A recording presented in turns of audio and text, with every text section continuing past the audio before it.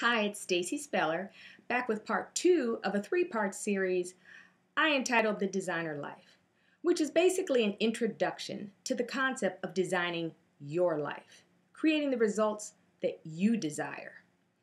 As I stated in part 1, life can't go according to plan if you don't have one. So if we look at the idea of designing your life, one of the first things you're going to be faced with is change.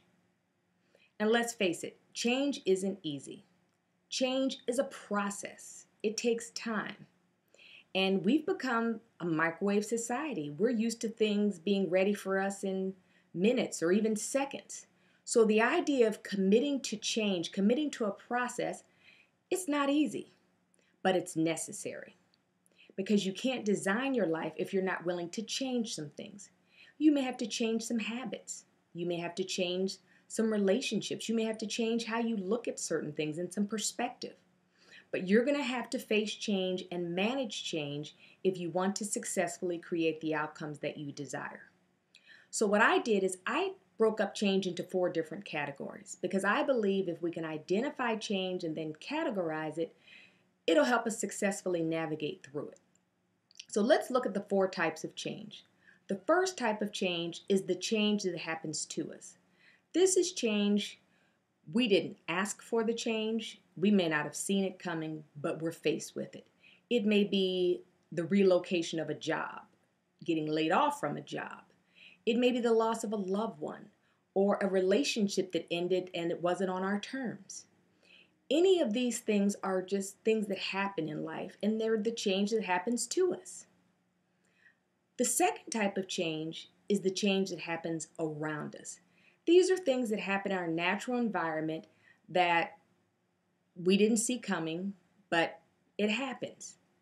It could be an economy, a good or bad economy.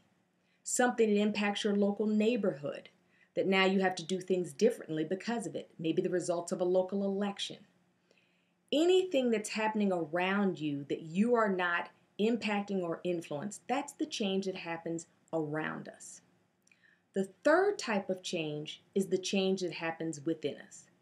This is more of a natural type of change. This is just we grow, we mature, we have different experiences, good and bad, that shape us.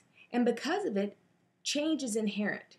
We don't necessarily feel it or see it, but it's happening. So that's the change that's happening within us. The fourth type of change is the change that happens by us. These are things we do. These are our decisions.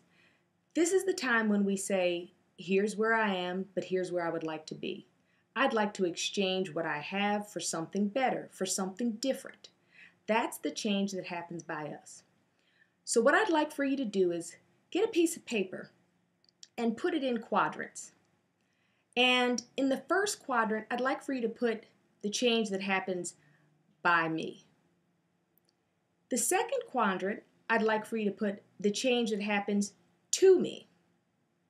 In the third quadrant, I'd like for you to put the change that happens around me. And in the fourth quadrant, I'd like for you to put the change that happens within me.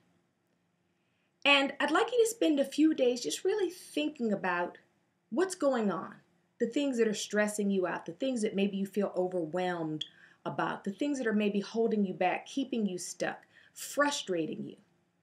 And as you think of these things, I'd like for you to put them in one of the 4 quadrants. Is this something that's happening to me? Is this happening around me? Is this something that's happening by me or within me? And as you look at the quadrants over the next few days, we want to begin to start to focus on the change that happens by me, because of the 4 types of change, that's the only one you can control. And we're going to learn the best way to manage change is to recognize you can only do one of 2 things. You either make peace with the things that you cannot change, or you make a plan for the things that you can change. So that concludes part 2. For part 3, we're going to really drill down in how to deal with the change that we impact, that we influence, and that's within our control. So thanks so much, and we'll see you soon.